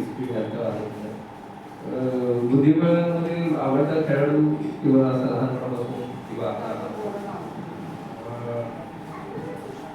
खूप साऱ्या भारतीयांचा आवडता खेळाडू होते पण मला वैयक्तिक जो खेळाडू आवडतो गॅरी कॅस्परोव्ह. त्याची प्लेइंग स्ट्रेंथ असेल, प्लेइंग स्टाईल असेल ही खूपच प्रेरणादायी आहे. प्लस कॅस्परोव्ह हा स्वतः एक लिजंड आहे, मल्टीपल वर्ल्ड चॅम्पियन आहे. प्लस त्यानंतर स्वतः एक वर्ल्ड चॅम्पियन तयार केलं. तो मॅग्नस कार्लसनला ट्रेनर म्हणून काम करत होता आनंद वर्ल्ड चॅम्पियनशिपच्या वेळी.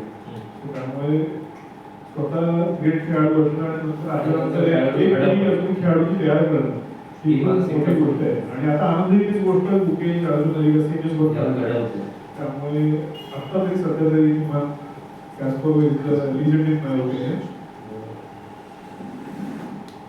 आणि सध्याचं शेड्यूल काय असतं म्हणजे तुम्ही चेस पण शिकवता आणि आता मी परदेशातली क्लासेस घेता ऑनलाईन. सध्याचं शेड्यूल काय असतं? शेड्यूल सलग सकाळी 5च्या आसपास ऑनलाईन क्लास रजिस्टर सुरू होतात. त्याच्यानंतर मुकुल विद्यालय आपल्याच गोव्यामध्ये आहे तिथे मी ॲक्टिव्ह टीचर म्हणून चेस शिकवायला येतो आणि सरकारी घरी क्लास असतो आणि ह्या चेसपेक्षा स्पर्धा असतात त्यांचं ब्रॉडकास्टिंग करतात. मोस्टली त्या साधारण रात्री 9 नंतर असतात कारण युरोपियन टाईमवर मॅच करायला लागतो त्यानंतर ब्रॉडकास्टिंग करतात ही साधारण रेग्युलर तुमच्याकडे डाटा येईल तसं तसं तुम्ही बेसिकली स्पर्धा असतो सागर लोक कोणती मला मेसेज करतात स्पर्धा आहे आम्हाला वेळ ह्या वेळेला आहे तुला वेळ असेल तर आपण एकत्र करूया त्यावेळेस तुला कंप्लीट होतो. कारण 3-4 प्लॅटफॉर्म्स आहेत की ज्याचं मी बेसिकली फ्रीलान्सिंग म्हणून काम करतो. पेड रोल नाही येतो. आज यांची स्पर्धा त्यांच्यासोबत काम केलं त्यांची स्पर्धा त्यांच्यासोबत काम केलं. आणि चेसमध्ये आता अजून एक परत मोठी दुसरी लोक मांडवत प्रत्येक वेळेला असते असं एक चिटिंगचा एक फॅक्टर सुरू झाला की आपल्याला या गोष्टी म्हणतात की नसताना प्रत्येक खेळीमध्ये असतो तशा ह्या गोष्टी सुरू झाल्या. त्यामुळे आता फेअर प्ले मॉनिटर करणं अनेक साऱ्या ऑनलाईन स्पर्धांचं किंवा ऑफलाईन स्पर्धांचं हाही एक चॅलेंज आहे. आणि जेव्हा पुजेला गेलो गणपतीमध्ये गेलो त्यावेळेला पुजेला तिथे परत म्हटलं की जशा मोठ्या स्पर्धा असतात त्याच्यासोबत एक सेमिनार असतो तुमच्या एका विषयावर. तर इथे फेअर प्ले एक्सपर्ट म्हणून एक जे फिडे टायटल दिलं त्याची एक्झाम होती आणि आता मी ती उत्तीर्ण झालो आणि त्याच्यासोबत याचं काम करतोय. म्हणजे प्रशिक्षक फेअर प्ले एक्सपर्टचं काम असं आहे की हॉलमध्ये सगळ्या गोष्टी ट्रू अँड फेअर आहेत अच्छा. बेसिकली पोलीस किंवा सिक्युरिटी गार्ड जो रोल असतो तो आम्ही हॉलमध्ये तो प्ले करतो. आणि खूप साऱ्या गोष्टी इलेक्ट्रॉनिक माध्यमामध्ये शूटिंग करणं आहे किंवा त्या सगळ्या प्रकारावर नियंत्रण ठेवणं. परत तेच की ही गोष्ट खूप कमी आहे. म्हणजे सध्याच्या घडीला आपण जर म्हटलं तर एक 6-1 लाख मुलांमध्ये एखादा मंत्री असतो, पण त्या एका मुलामुळे आपल्या खेळाचं नाव खराब होतं आणि विश्वास उडतो बेसिकली.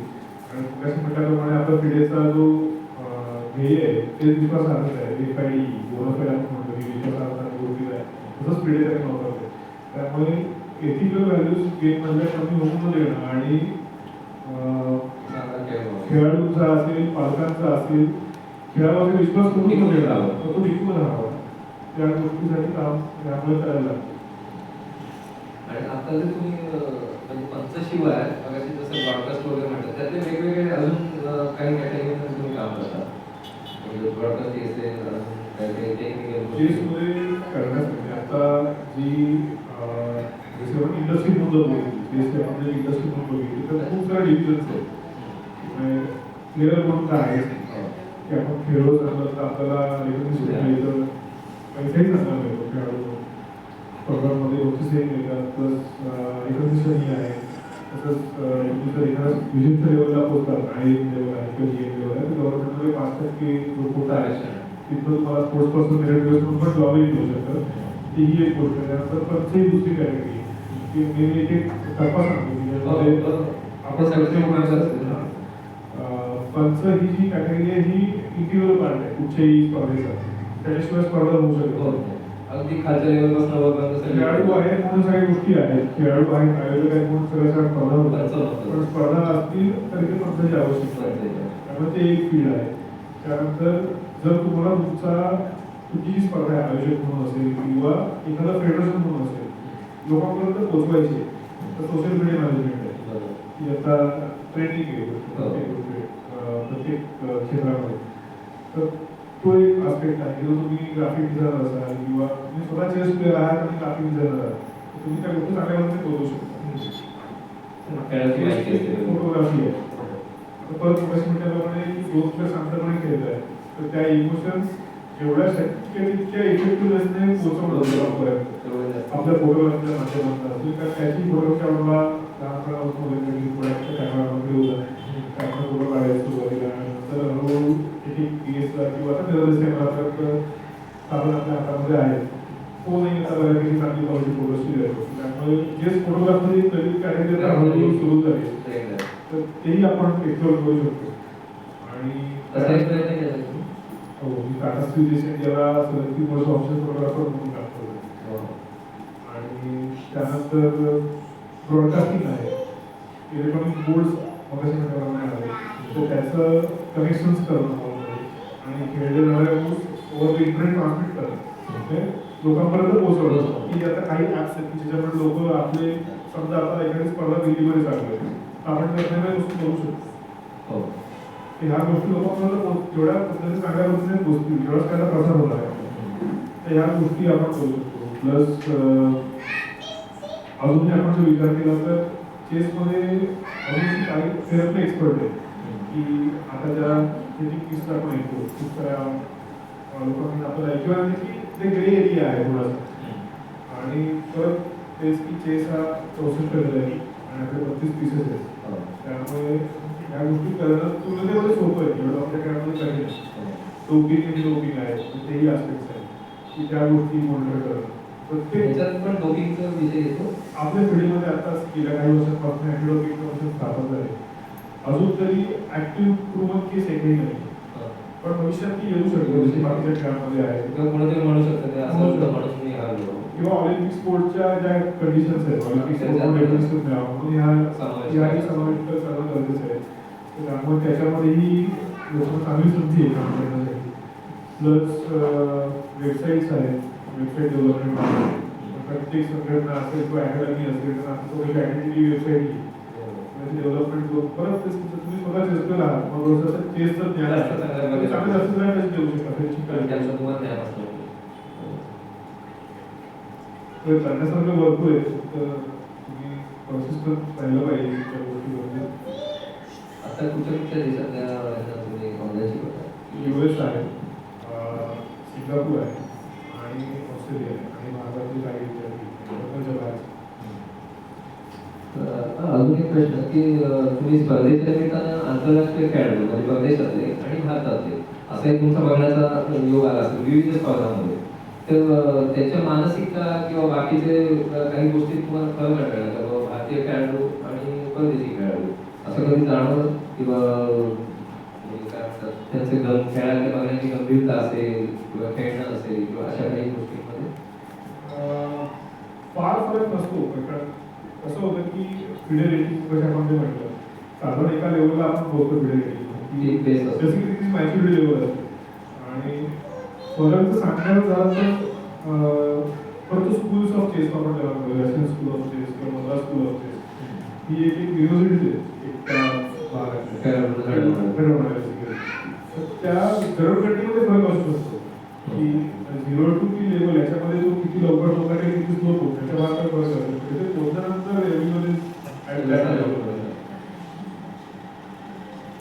भविष्यात काही डोळ्यासमोर आहे की असं करायचं? कशी नाव घेतलं की रत्नागिरी क्रीडाकारांनी 2000 साली चेस्टन संस्था स्थापन केली आणि लिटरली नाही आउट ऑफ नो वेअर त्यांनी नंतर उद्योग वाढवला 20 साली. तर तीच जी चळवळ होती उद्योग वाढवण्याची ती रत्नागिरीमध्ये काही तरुण मुलांच्या साथीने वाढावी आणि प्रत्येक घराघरात नाही म्हणणार मी पण प्रत्येक गावागावात 5-5 चेस सेंटरही खेळले पोचून त्यांचे बरोबर खेळलं जावं ही ड्रीम प्रोजेक्ट आहे. आमच्याला नक्कीच आवडेल बघूया आणि सगळ्यांनी शक्य होईल. गावागावात भागात याच्याबद्दल मीच म्हणतो की आता आमच्या वळणमध्ये अजूनपर्यंत झालेली नाही, पण लवकरच नजीकच्या काळात आपण वळणमध्ये घेऊ आणि तुम्ही या चैतन्य आहे त्याच्या माध्यमातून आपण नक्की तेवढंच आश्वासन नक्की देतो. माझी इच्छा आहे की आजूबाजूच्या गावात त्यानिमित्तानं चालना मिळेल त्याला. आता आपण थोडं प्रेक्षकांकडून कोणाला प्रश्न असतात विचारतो. कोणाला काही चेसचे टाईप्स सांगा. टाईम बाउंड असतं म्हणजे रॅपिड चेस असतं किंवा स्लो वेगवेगळे प्रकारचे असतात. प्रकारचे. प्रामुख्याने बुद्धिबळाच्या खेळामध्ये 3 प्रकार आहेत. ज्याला आपण स्टँडर्ड चेस म्हणतो, जो प्रचलित क्लासिकल चेस नावाने, ज्याच्यामध्ये एका खेळाडूला 60 मिनिटं किंवा त्याची जास्त वेळ मिळतो एक पूर्ण डाव कम्प्लीट करायला. साधारण तो गेम दोघी खेळाडूंचा म्हणून 30-60 मिनिटं पुढे जातो टोटल वेळ असतो. त्यामुळे स्टँडर्ड तो क्लासिकल चेस म्हणतो. व्हिडिओचं नाव काय स्टँडर्ड चेस आहे, पण त्याचं प्रचलित नाव जे आहे ते क्लासिकल असतं. त्यानंतर दुसरा फॉर्मॅट त्याला आपण जलद फॉर्मॅट म्हणतो मराठीमध्ये, रॅपिड चेस. त्याचा वेळ साधारण 10 मिनिटं ते 59 मिनिटं. आणि नंतर ब्लीड्स आहे अति जलद चेस, म्हणजे 0 मिनिटाला 9 मिनिटात 9 मिनिटं 59 सेकंदापर्यंत. हे 3 फॉर्मॅट प्रचलित आहेत. ऑनलाईन चेसमध्ये अजून एक फॉर्मॅट ज्याला बुलेट चेस म्हणतो की त्याचं टाइम कंट्रोल प्रत्येक खेळामध्ये 1 मिनिट आणि 0 सेकंदाचे 2 मिनिटं आणि 1 सेकंद प्रत्येक तुला वाढतो. 3 मिनिटामध्ये खेळ संपतो. आणि दिवस रात्र चालणाऱ्या मॅचेस पण असतात म्हणजे तासन तास लोक खेळत असतात, तो एक प्रकार पण आहे का? आणि सगळ्यात लॉंगेस्ट चाललेली मॅच कुठची आहे? खूप वेळ खेळतात. त्याला बेसिकली आपण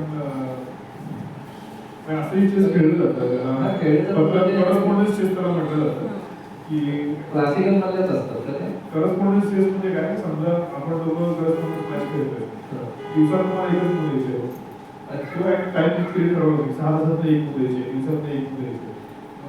समजा ऑफलाईन आपण दोघं खेळतोय, तुम्ही ऑफलाईन आपण करू शकतो. समजा तुम्हाला एक व्हॉट्सअपला मेसेज पाठवला की माझी मुलगी आहे, तुमच्या बरोबर काय माझ्या बरोबर खेळ, तुमचं उत्तर आलं की तू माझ्याबरोबर दुसरी खेळ परत तुम्हाला उत्तर वाढली. अशा काही सगळ्यांनी असं चालू शकतात. त्याला आपण करस्पॉन्डन्स चेस म्हणतो. पूर्वीच्या काळी असं चेस पत्राद्वारे खेळलं जायचं. 3-4 दिवसाला एकदा सिक्वेन्स पाठवून इतिहासात नोंद असते काही पत्राद्वारे. खूप टॉपचे प्लेयर्स करस्पॉन्डन्स चेस खेळले. नाही पण ह्या क्लासिकल मध्ये मला लॉंगेस्ट आहे की त्यांचा एक प्रश्न आहे की लॉंगेस्ट मॅच कुठची झाली अशी काही हिस्ट्रीमध्ये म्हणण्याच्या वर्ल्ड चॅम्पियनशिप मॅग्नस आणि नेपोलियनची काँग्रेस गेम 140 दिवस आसपास काँग्रेस गेम झाला वर्ल्ड चॅम्पियनशिप हिस्ट्रीमध्ये, जो 7 तास साधारण झाला होता. लिटरली तो गेम इक्वलिश होता. म्हणजे ज्याला चेस समजतं राघवी ते तो चेस खेळतो की आपल्याला गेम बघून समजतं की हा गेम साधारण ड्रॉपने चाललाय. आणि परत तेच की टेम्परामेंटचा जो फरक असतो एक टॉप लेवलला गेल्यानंतर टेम्परामेंट बरेचदा जिंकतं. जो हायर टेम्परामेंट ठेवतो शेवटपर्यंत तो जिंकतो बरेचदा. आणि मॅग्नसकडे ती अतिशय म्हणतात ना की त्याची स्ट्रेंथ आहे की टेम्परामेंट ठेवणं. आणि सपोज त्याची उसाचा आपण जसं पॅकेट टाकतो जवळपास शेवटच्या टिपापर्यंत आपल्याला प्रचंड पिळत असतो तसं मॅग्नस. आणि तो गेम कम्प्लीट ड्रॉ आहे. जसं क्रिकेटचा आपण अर्ज केलं बोलत होतो आणि मॅच आपल्या जमवली बरोबर खूप ट्रेंडिंगला बंद केले होते. तसंच त्यावेळेला झालं होतं की आता गेम ड्रॉ झाला म्हणून अनेकांनी आपल्या सगळ्या गोष्टी बदलून आपले काम करायला लागले. आणि 2007 रिझल्ट आला की मॅग्नस तो गेम जिंकला. इव्हन वर्ल्ड चॅम्पियनशिपची बुकेज जिंकला गेल्या वेळेला. तोही फायनल गेम असाच होता की लोक ऍक्सिडेंट वर्ल्ड चॅम्पियन म्हणतात. पण परत तेच की त्याने टेम्परामेंट दाखवून तो गेम कंटिन्यू राहण्याची सिद्ध दाखवून कधी अनुचितला गेला असता. तो फायनल गेम होता वर्ल्ड चॅम्पियनशिपचा. त्याच्यानंतर जो ड्रॉ असता आर्मागेडॉनमध्ये गेम गेले असते टॅब्लेट्समध्ये गेम गेले असते आणि मग रॅपिड फॉर्मॅट गेममध्ये गेले असते. आणि खूपच स्ट्रॉंग होता मुकेश त्या लेवलला. त्यामुळे मुकेशने तो गेम चालू ठेवला. आणि at the end of the day तो त्याचा गेम सुटला आणि नंतर गेली आणि त्याचा एक पीसच पडला आणि मग बेसिकली गेम हरला. तर परत टेम्परामेंटचा विषय आहे काय गेला आणखीन एक प्रश्न होता चेसच्या ज्या इस्टॅब्लिश ओपनिंग आहेत त्या पहिल्यापासूनच अशा होत्या का शिकवायला सुरुवात केल्यानंतर ज्या मोस्ट विनिंग होत्या त्या पुढे ह्या केल्या गेल्या? चांगला प्रश्न आहे. ओपनिंग्स या over the period of time develop होत गेल्या. आता काही ओपनिंग आहेत त्या जागेच्या नावाने आता बुडापेस्ट ओपनिंग आहे. बुडापेस्ट शहरामध्ये प्रसिद्ध झाली म्हणून बुडापेस्ट ओपनिंग म्हणून ओळखली गेली. किंवा कारोकान डिफेन्स आहे किंवा इंचोली डिफेन्स. इंचोलीचा प्लेअर होता की तो ती ओपनिंग खेळायचा म्हणून त्याच्या नावाने ओळखली गेली. तर या over the period of time साधारण 1700-1800 पासून जे स्टॉक वगैरे खेळलं गेलं त्याच्यातनं त्या डेव्हलप झालेली थिअरी आहे तीच एक ओपनिंगच्या नावाने ओळखली. आयदर त्या जागेच्या नावाने असेल किंवा त्या खेळाच्या नावाने असेल ओळखली जायला लागली. पण चेस शिकवताना एका सर्टन लेवलपर्यंत ओपनिंग शिकवू नये असं एक जाणकार प्रशिक्षकांचं मत असतं. एंड गेम आणि मिडल टॅक्टिक्स जे आहेत त्या आधी मुलांकडनं फाउंडेशन थोडं स्ट्रॉंग करून घ्यावा बेस प्रॉपर करावा. आणि मग एका सर्टनमध्ये गेल्यानंतर जेव्हा टुर्नामेंट खेळण्याची वेळ येते तेव्हा त्या ओपनिंगच्या आयडियाज द्यावे मुलांना की हे सेटअप आहे या सेटअपवर तुम्हाला खेळायचं आहे तुम्हाला तुमचं इन्फॉर्मेशन करायचं. पण आता काय झालं की कॉम्प्युटर झाले एक कॉम्प्युटर आता प्रमाणे तुम्हाला ओपनिंग लाईन पार्ट तुम्ही करू शकता. पण त्या पाठांतराला एक जर आपण लाईन चेंज केली तर आपल्याला शकते. त्यामुळे त्या सेटअपवर खेळणं आणि सेटअप विचार करून इन्फॉर्मेशन स्वतःहून करणं इव्हन ज्यावेळेला आपण एखादी ओपनिंग देतो त्यातल्या पहिल्या 10 मूव या म्हणजे कॉम्प्युटर बरोबर खेळतात 10 मूव या सेमच येतात. पहिल्या सुरुवातीला जे येतं कारण ते तसंच ठरलेलं असतं. म्हणजे त्याच्यात एक 10 मूव नंतरच चेंज होऊ शकतो. याच कारणाला जो ग्रेटेस्ट ऑफ ऑल टाइम म्हटला जायचा मॅग्नस येईपर्यंत आता डिबेटेबल टॉपिक आहे मॅग्नस ग्रेट का फिशर ग्रेट. पण जो बॉबी फिशर होता रॉबर्ट जेम्स फिशर तो ह्याच गोष्टीला कंटाळून त्याने एक नवीन संकल्पना काढली होती ज्याला चेस 960 किंवा फिशर अँड असं म्हटलं जातं. तो काय म्हणाला होता की हे चेस मध्ये art chess is art and science असं म्हणायचं. त्यामध्ये काही ती कला आहे पण जो तुम्ही पाठ करून गेला खेळायला त्यामध्ये काय नॉलेज नाही काय. म्हणून तो म्हणाला की आपण एक काम करूया की जे बाजूचे आपले पीसेस आहेत पॉन्स आपण काही जे असतात ते आपण सलग 8 कार्ड असतात आणि मागे 2 हत्ती 2 उंट 2 घोडे एक राजा एक वजीर किंवा आपण म्हटलं तर रूक night bishop king and queen हे जे पीसेस आहेत आपले 8 मार्क्सचे तर 8 आपण जर अशा पद्धतीने लावले उलट सुलट करून त्याचे सिक्वेन्स चेंज करून तर 960 पोझिशन येऊ शकतात बोर्डावर. परमिशन कॉम्बिनेशन करू की फक्त हत्तीची जागा बदलली तुम्ही किंवा हत्तीची जागा पोझिशन येऊ शकतात. तर त्या पोझिशन घेऊन चेस खेळा. तो जे चेस जिंकेल तो खरा माझा चेस खेळायचा त्याचं म्हणणं होतं कारण ओपनिंग थिअरी पूर्ण शून्य होते. कारण पोझिशन बदलली कारण आज प्रत्येक पोझिशन तुम्हाला नवीन आहे आणि तुम्हाला कोणती पोझिशन बोर्डावर येईल त्या टुर्नामेंट हे सांगू शकत नाही. तर प्रिपरेशन झिरो आहे ओपनिंगचं. कॅसलिना काय विषय आहे चेस मधला एक्झॅक्टली तो कधी का त्याचं काय म्हणजे इंटेन्शन काय वाटतं? आता कॅसलिंग हे ओपनिंग प्रिन्सिपल जी आहे ते आपण म्हणतो की शक्यतो बोर्डाच्या मध्यात आपण ताबा मिळवला पाहिजे. त्याच्यानंतर ज्या मायनर पिसेस आहेत ती आणि इंटर आणि बोर्ड आहे लवकर आपण डेव्हलप केली पाहिजे आणि राजाला सुरक्षित ठेवलं पाहिजे. हे ओपनिंग प्रिन्सिपल्स आहेत. त्याच्यासाठी आपण कॅस्टिंग करतो हत्ती आणि राजा या दोघांची चाल आहे. किंगची मूव्ह स्पेशल राजाची एक विशेष चाल आहे. जेव्हा राजा नॉर्मली मूव्ह आपण करतो आपण एक जर दोन्ही प्रत्येक लिस्टमधून मूव्ह होऊ शकतो, पण कॅस्टिंग मध्ये राजा दोन घरं जातो आयदर साईड उजवीकडे आली जेव्हा किंग सगळं किंग साईड म्हणतो. राजा दोन घरं जातो आणि हत्तीच्या बाजूला येऊन थांबतो. बेसिकली किंग सेफ्टी हा त्याचा एक अप्रोच आहे की किंगला एका सेफ जागी नेऊन ठेवणं. तर समजा एक आपण जनरल एक्झाम्पल घेतलं तर एक युद्ध चालू आहे. आता इराणचे जे सर्व मंत्री जात होते त्यानंतर त्यांना डायरेक्ट त्यांना लपवून ठेवणं होतं एका सेफ जागी की जे बाकीच्या गोष्टी कंट्रोल करू शकतील. कारण राजा जर राहायला नाही पडला तर पुढे बाकी सैन्यातून काही उपयोग नाही. कारण राजा इम्पॉर्टंट आहे, त्याला सांभाळून ठेवणं. पण कॅस्टिंगला रूल असतात का? म्हणजे मी काय पोझिशनला आता आहे तर मी कॅस्टिंग करू शकते का सुरुवातीच्याच याला करू शकते? कॅस्टिंगला बेसिकली रूल्स खूप आहेत.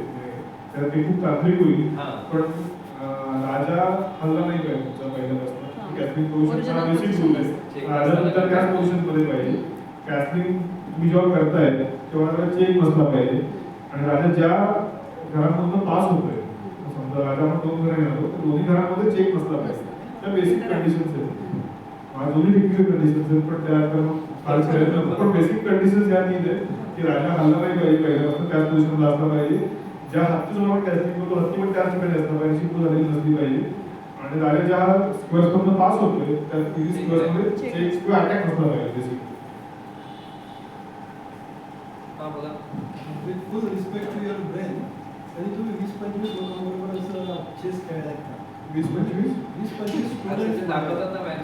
त्याला आपण सायकोमेट्रिक एक्झिबिशन म्हणतो. त्याला आपण एकाच वेळी त्याला सायकोमेट्रिक असं म्हणतो. क्लासमध्ये खूप वेळा मुलांबरोबर खेळतो, पण किंवा आपल्याकडे रत्नागिरीमध्ये 2 वेळा आलोजी कुंडेली ग्रँडमास्टर आहेत पुण्याचे, महाराष्ट्राचे दुसरे ग्रँडमास्टर आणि भारताचे चौथे ग्रँडमास्टर. हे 2013 साली आम्ही एकदा आले होते रत्नागिरीमध्ये आणि नंतर 2015 साली आले होते. तर 2008 आणि 2015 तर ते 20 जणांसोबत खेळले होते एकाच वेळेला. तसंच एक शरद वजेसर म्हणून आहेत मुंबईचे, सायन्ससाठी खूप फेमस आहे. ते शालेय मुलांसोबत 100 मुलांसोबत सायन्स खेळतात. त्याच्यानंतर एक टायमागो म्हणून एक खेळ राजाभाऊ म्हणून एक खेळ की सायन्स यासाठी खूप प्रसिद्ध आहे की शो सायन्स देतात मुलांसाठी. पण परत त्याची सायन्स देणं हा त्या प्लेअरचा ग्रेटनेस आहे की तो बाकीच्या मुलाला संधी देतो खेळण्याची. क्लासमध्ये सायन्स देणं खूप कधी कधी गरजेचं असतं, कारण मुलांनी मजा वाटते सर्वांना हरवायची. कारण जेव्हा आपण सायन्स देतो तेव्हा आपली स्तर आपण कमी करतो, ऑटोमॅटिकली कमी होते. कारण माझं अटेन्शन 10 बरोबर असतो बाकीच्या, त्यामुळे रिलेटिव्हली माझी स्ट्रेंथही कमी. माझी तसेच लोक सांगतात माझी स्ट्रेंथ कमी होते, त्यामुळे हरवायचा चान्स जास्त असतो मुलांना. पण त्याला त्यांनाही प्रोत्साहन असतो सर्वांना हरवलेल्या प्लेअरला हरवलं खेळतो. त्याला चालू एक प्रश्न आहे, एक पेक्षा जास्ती जणांशी तुम्ही खेळता तेव्हा पंच किती असतात? बेसिकली स्पर्धा नाहीये, तो एक शो मॅच असते. त्यामुळे त्याला पंचाची आवश्यकता नाही, कारण ती फ्रेंडली मॅच असते की जिथे 2 प्लेयर्स 2 माणसं लोक खेळतात. पंचांची आवश्यकता कधी येते जेव्हा तिथे माणसांच्या पंचाची आवश्यकता येते. जर आपण आपापसातच घरात एक घरगुती सामना खेळतोय तर तिथे पंचाची आवश्यकता आजचं जसं नाही, पण जेव्हा काही सामने आली फॉल ऑफ इंटरेस्ट नाही मोठ्या लेवलला, तेव्हा पण तिथे 1-2 पंच तरी ठेवलेले असतात की समजा काही डिस्प्यूट आला तिथे प्लेयर्स नोंद नाहीये, कोण येईल घ्या सांगू शकत नाही, त्या केसमध्ये ते आतच ठेवले जातात. तर परत तेच की नियम तेच आहेत बोर्डावर, it should be true and fair. कारण काही समजा आता 20 लोकांबरोबर मी खेळतोय आणि समजा त्या कुठल्याही जग खेळतोय, कारण तो एक बोर्डवर खेळला, दुसऱ्या बोर्डवर खेळला, त्या बोर्डवर खेळला, पुढे जाऊन हे मागच्या प्लेयर चर्चा करून खेळायला लागले तर त्यांना थांबवणं आणि it should be true and fair. Against basically जे एथिक्स आहेत कुठच्याही गेमचे ते डायव्हर्ट होतात नाही, एवढंच फक्त महत्त्वाचं काम आहे त्या घरात तुमच्यावर प्रॅक्टिस करायला कोणाला धरायचं? माझ्यावर खेळावी प्रॅक्टिस पाहिजे ते काय एकट्यात करता येते. आता कॉम्प्युटर आले म्हणजे तुम्ही थोडं तिथे करू शकता, पण घरातली माणसं हा एक चांगला पर्याय आहे, पण चेस हा असा गेम आहे की आपण दोन्ही साईडने खेळू शकतो. समजा आपण व्हाईट साईडला पहिली मूव खेळली तर आपण विचार करू शकतो की ब्लॅक जर प्लेअर मीच असेल समोर तर आपण ब्लॅक कडनं कोणती मूव खेळू शकतो चांगली, असं आपण दोन्ही साईडने खेळू शकतो. So you can be your own company in that case. तसं नाही घेऊन चालत. आता पत्ते आपण दोन्ही बाजू घेऊ शकतो, पण शेवटी कुठेतरी एक आपलं धरलेलं असतं त्यालाच नाही करतो. किंवा ते घरी कोणातरी तुमचे मुलं असतील की नातवंडांना फ्रेंड घेऊ शकतात ते खेळ कारण खेळण्यासाठी. आमची नातवंड खेळतात ना, आजी माझ्यावर खेळाली, मग आजीला येऊ देत नाही आजी खेळ. कारण त्यांना कुठे बरोबर असल्याच्या एकट्याने असं काय हो. खेळतो. परत इकोसिस्टम आहे, कुठल्याही खेळायला एक वातावरण मिळणं. आणि त्याच्यामुळे पहिल्यांदा रत्नागिरीत चालू आहे 2 आधी वेळ काय एकदा तिथंच कुठे मध्ये होते. आता चैतन्य सर आहेत, मी कुठे करून काम करतो. तसंच चिपळूणमध्ये शेवटी सवाडीला सर क्लास घेतात. राजापूरमध्ये मोठीचं एअरपोर्ट ते बेसिकली कॉलेजमध्ये शिक्षक आहे, प्लस ते चेसही शिकवतात. तसंच राज्यामध्ये माझी क्लासमेट आहे काशी मयेकर म्हणून, तिनेही अकॅडमी सुरू केली आहे. आणि लग्न असं राज्याला आहे, त्यांचा दोघांचा शोधाचा बिझनेस आहे आणि ते थोड्या वेळामध्ये चेस शिकवतात. आता बेसिकली ही पॉकेट तयार व्हायला लागली गावागावामध्ये. हळूहळू गोष्टी डेव्हलप होतील असं आपण अपेक्षा करूया. जेवढं वातावरण पोषक तयार होतं ते घराघरात त्या गोष्टी खेळत असतील तेवढं तुम्हाला आपण चांगलं मिळतात. आणि एक माझा प्रश्न की बुद्धिबळ हा मगाशी आपण झालं की संयम आणि चिकाटीचा विषय, तर त्याच्या एकाग्रतेसाठी पण मोठा तुमचा काय एक्सपिरियन्स चेस खेळणारे मुलं किंवा त्यांच्याबरोबरचा? ऍक्च्युली हा डिबेटेबल टॉपिक आहे की खूप जण असं म्हणतं की चेस खेळल्यामुळे IQ वाढतो, पण अनेक मानसशास्त्रज्ञ आहेत त्यांचं म्हणणं आहे की IQ हा जन्मतः सेट असतो जो बदलू शकत नाही. पण आपण असं म्हणू शकतो की प्रॅक्टिकल एक्सपिरियन्समध्ये जे काय 6 वर्ष गेले काम करतोय त्यातनं एक गोष्ट 100% आहे की तुमची जी बैठक तयार होते चेस खेळल्यामुळे ती तुम्हाला इतर विषयांमध्ये नक्कीच फायदेशीर असते. संयम आणि चिकाटी आणि फायटिंग स्पिरिट आहे. तुम्ही 4 विचार एका वेळेला करता. समजा तुम्हाला एखाद्या समस्येने मूव केली, तुम्ही त्याचा चौकट विचार करता. ही जी चौकट विचार करण्याची क्षमता आहे ती बाकीच्या क्षेत्रामध्ये त्याला फायदेशीर पडते. आपला सुद्धा बॉस आपल्याला हे सांगतो हे गरज करणं अपेक्षित आहे का आपण त्याला व्यायाम शोधला पाहिजे. या गोष्टी आपण चेस करला पटकन समजतात. एखादा आवडलेला गेम आणि तो का आवडला?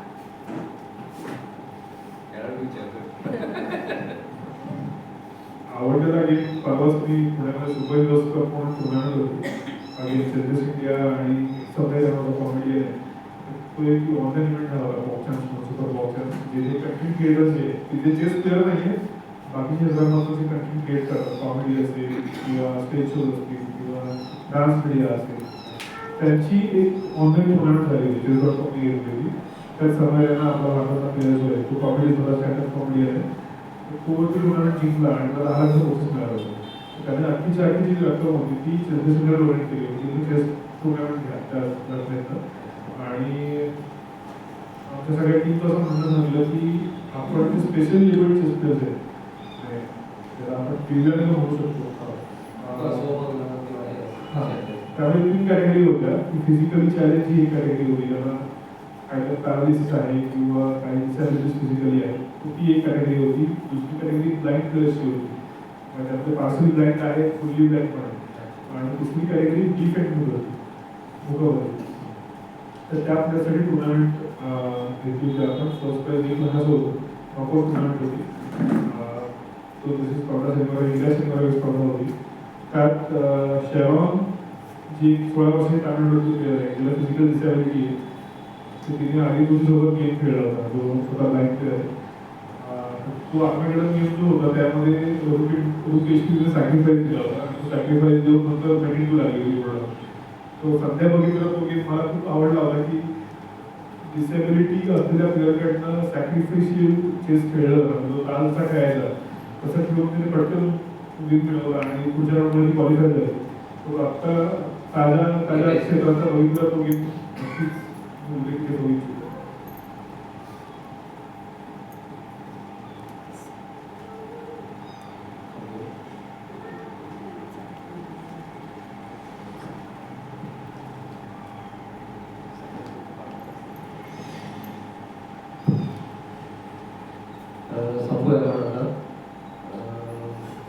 तुम्हाला तुमच्या सगळ्या पुढच्या भविष्यकालीन योजनांसाठी तुम्हाला आमच्या सगळ्यांकडून शुभेच्छा. आणि माझ्या मते तुम्ही आता रत्नागिरीचे भूषणच आहात, कारण एक आंतरराष्ट्रीय पंच आमच्या रत्नागिरीचं नाव विवेक सोनी रत्नागिरी असं जेव्हा आमची संधी नक्की भरून येते, याबद्दल यांच्यासाठी एकदा आपण परत जोरदार टाळ्या वाजवूया.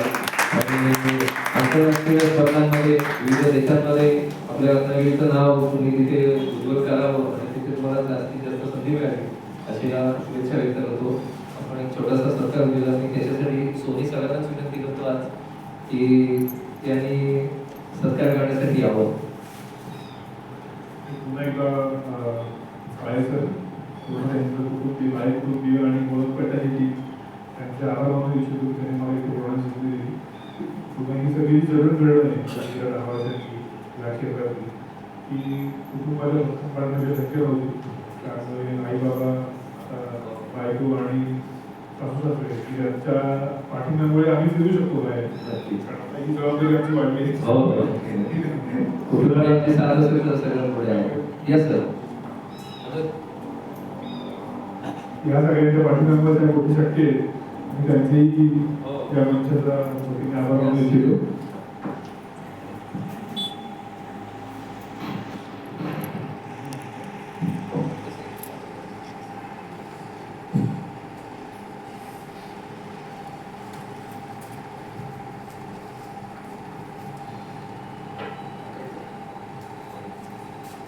जोरदार टाळ्या.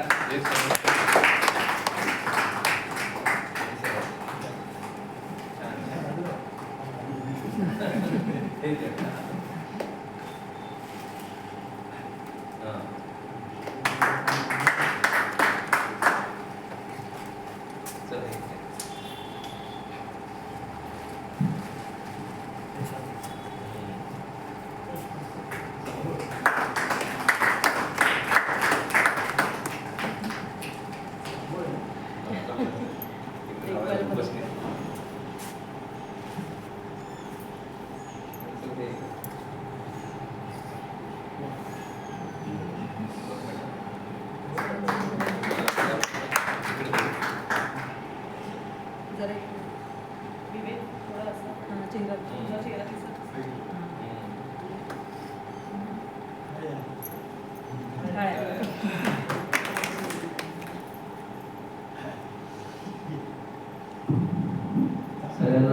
सगळ्यांना धन्यवाद. एकदा आपण एक ग्रुप फोटोसाठी इकडे पुढे यावं प्लीज. आणि पुढील महिन्याच्या तिसऱ्या शनिवारी पुन्हा एकदा आपण भेटू एका वेगळ्या व्यक्तीबरोबर. सगळ्यांनी पुढच्या कार्यक्रमासाठी सुद्धा यावं.